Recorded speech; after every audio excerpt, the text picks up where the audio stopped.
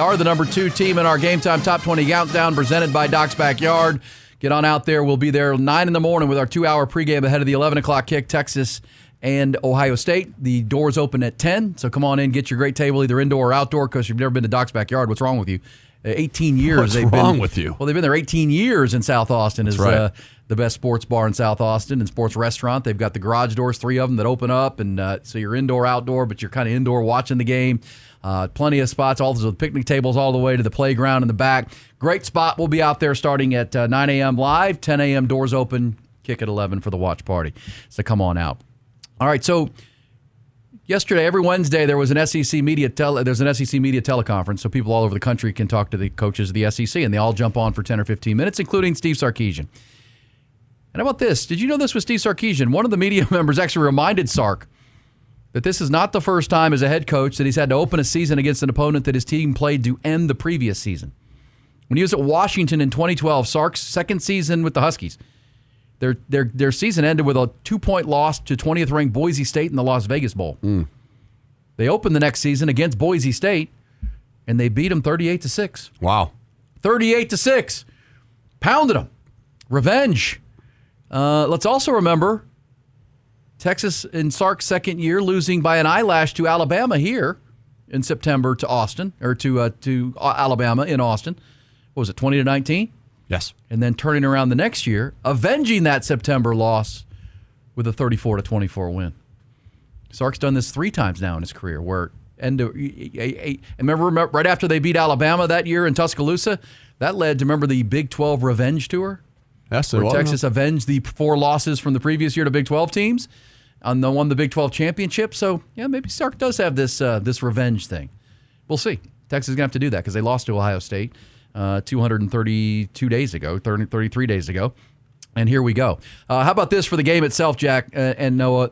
I said it off the top of the show, but yesterday, 2 tweets. Pete Thamel of ESPN insider fame had this tweet, said, NFL Scout Watch this weekend. Number 1, Texas. Number 3, Ohio State will have 31 scouts from 20 different teams in the NFL, plus 2 general managers.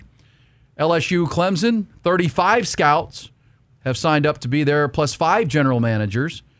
Of course, the top 2 quarterbacks in next April's draft are likely playing in that game with Garrett Nussmeier and Cade Klubnik. Right. And then number 6, Notre Dame, number 10, Miami, 30 scouts, 4 GMs will be there. So, and as we talked about, Texas has the fewest general managers because a bunch of the guys that are playing can't even come out this year, and Arch Manning isn't expected to come out. Colin Simmons, not this year. No. And Jeremiah Smith. No. They already know where Jeremiah Smith's going anyways. Best 2 players who we know will be draft eligible this year, or likely in the draft, would be Anthony Hill and Caleb Downs. Caleb Downs, yes. But, yes. I think Cardell Tate could be one of those guys. But for yes, sure. yes. DeAndre Moore. Sure. Trevor Gooseby, if he decides, at left tackle for Texas. There's some dudes. But obviously, both of these programs and the team's best players got drafted last year. Most draftable players, 26 of them off the total, 2 rosters 12 and 14, from last year. right, Yeah. So there you go. Our man Matt Miller from ESPN, the NFL Draft Scout, tweeted this. He says, this Texas-Ohio State game has the kind of matchups that scouts will rewatch 20 times or more. Arch Manning head-to-head with Caleb Downs playing chess.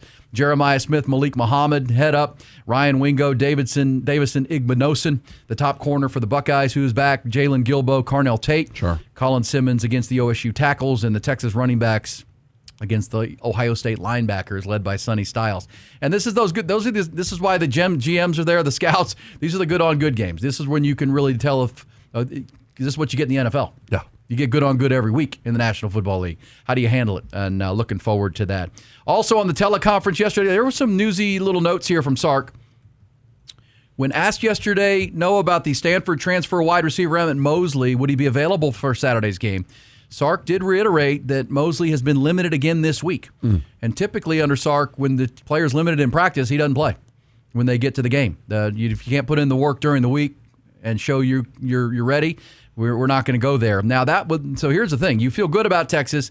DeAndre Moore, Ryan Wingo, Parker Livingstone would be your top receivers. If Emmett Mosley is not available or limited, your next group of receivers, beyond the 3 that we just mentioned, Dalen McCutcheon, Aaron Butler, Khalil Lockett. Yeah. These are all very young players. Some true freshmen. You could throw the veteran Ryan Niblett in there, the freshman Michael Terry. But the idea was you'd have DeAndre Moore, Ryan Wingo, and Emmett Mosley coming in from Stanford, where he was their leading receiver as a freshman, to go with Jack Endries at the tight end position. And then you'd have, Parker Livingstone as the next guy. Well, who's the next guy if Emmett Mosley's not available? Who's that 4 spot, essentially, right? Yeah. Yeah, I think we will all have to see. Who's the next guy if you need it, or they just play the whole game, because those guys I mentioned, the young guys, they're going to play a lot the next 3 games after this Ohio State game, win or lose. Also, I like this from Sark in our Horns at Half Past, brought to you by Dr. Greg Eckert. He's my dentist and would love to be yours. You know that. He was asked this week, and the media sometimes likes to ask leading questions, right? They're looking for a quote. And one of the members of the media asked Sark, you've been around 3 championship teams. You've been around 3 of them. He was at USC, of course, as an offensive coordinator, play caller, Alabama national championship. And he said, the guy asked him, what is it about this team you look at and say, this team has that special sauce? This team has championship pedigree in your mind? And Sark had a pretty blunt response. No, that's the thing. He said, I don't know. We're a long ways away from January 19th. I'm focused on August 30th. I'm focused on the next 5 days. I'm focused on what do we need to do. I think that's one of the traps that we can fall into as a team is looking to the summit and not focusing on, the first journey of this hike that we're on, this climb that we're on. And so, I challenged the players on that this morning. Today's the most important day. Saturday is going to be here soon enough. This weekend is the most important game. Down the road is down the road. So I tend not to get caught daydreaming, and I try to focus on the task at hand of what's right in front of us. I don't know, and that's a fair answer. And that was echoed yesterday on the conference call when he was asked what he's hoping to learn about his team in front of 102,000 plus on Saturday at the Horseshoe. And his answer, once again, he just answered the immediate question about championship pedigree, and he said, I don't know if we have a championship pedigree. I don't. We don't. He was asked what is he looking forward to seeing on Saturday, and he said everything. Yeah. We said it's a new team, y'all. Right. New people doing new things, new roles, new responsibilities. Everybody has to elevate their game from what they were a year ago. We have third-year players who are now seniors, second-year players who are now third-year guys, guy going from primary specialty teams to playing more on offense or defense, and then kids who were in high school a year ago playing for us in college. I am curious about it all. It's going to be fun to get answers to a lot of the things we have questions on, which, quite frankly, is just about everything. So that last quote is an interesting one. I have questions about everything. And every coach would tell you this about his team right now because you've been practicing against each other. It's like this is the final exam. And I know it's the first of the final exams, right? But we've been working on this for all summer and then for a month of training camp. Let's see it. Let's see it. We drilled on it. We've worked on it.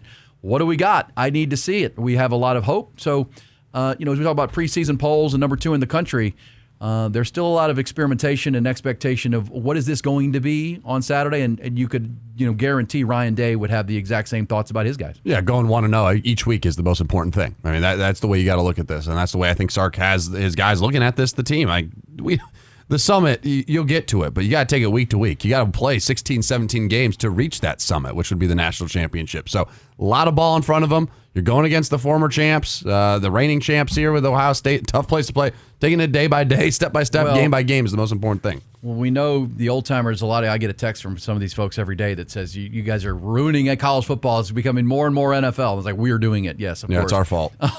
But it's happening. Yes, it's becoming more like the NFL. And like the NFL, next week the NFL will come online, and there'll be some the Bills play the Ravens. That's a potential AFC Championship game matchup, right? Well, no one's going to be talking about that then. It's about the regular season. You got to get to the playoffs first. And the NFL, college football for a long time, we know that's why you go back 20 years when it was Texas, USC, Ohio State, and Notre Dame. Those were the 4 best teams. Everybody knew it. Everybody knew it. That's where the talent was coming into the year. And that's why when Texas beat Ohio State 20 years ago, it was such a huge win.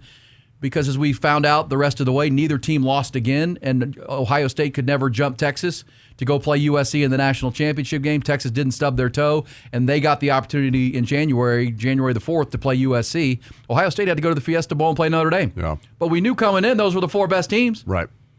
We don't know that anymore. With transfer portals and the way talent has spread out. We've gone through our top 20 countdown. There are 8, 9, 10 teams that can win the national title this year. I believe there's probably, in reality, when we get down to brass tacks, 5 or 6. But at the end of the day, with the tournament now, that's why it's got to be built like a more of an NFL season. And you try to get better as the year goes on. I mean, it's a new mindset. I think most people understand it, but at the same time, it's how you have to. That's why the loser of this game Saturday, or the loser of the Clemson LSU game, or the loser of the Miami Notre Dame game, season's not over. There's nothing defined here. It's just a big game to find out where you're deficient. You can afford to have a bad half of football. In the past, you couldn't, and you wouldn't be incentivized. That's exactly right. Right, you wouldn't be incentivized to schedule these games because we played a bad half and we lost by 20. To Ohio State, we're going to be going to a New Year's Six Bowl, but it ain't the championship. Well, think about it. Go 20 years ago again. If Texas hadn't scheduled that game and they didn't have a chance to beat Ohio State, they would have never leapfrogged them because Ohio State was ahead of them when it began, if memory serves. Yeah. Right? So that's, the margin for error is so minimal. That's really how it used to be. If the teams were ranked 1 and 2 in the AP to start it and they didn't lose, they played. Well, sometimes they didn't play. They both went to different bowl games because they were affiliated differently than the voters would decide. And they have voters and writers saying who won the championship. Yeah, let's solve it on the field, right? Yeah, which is what it is now, which is more like the NFL. I'm sorry.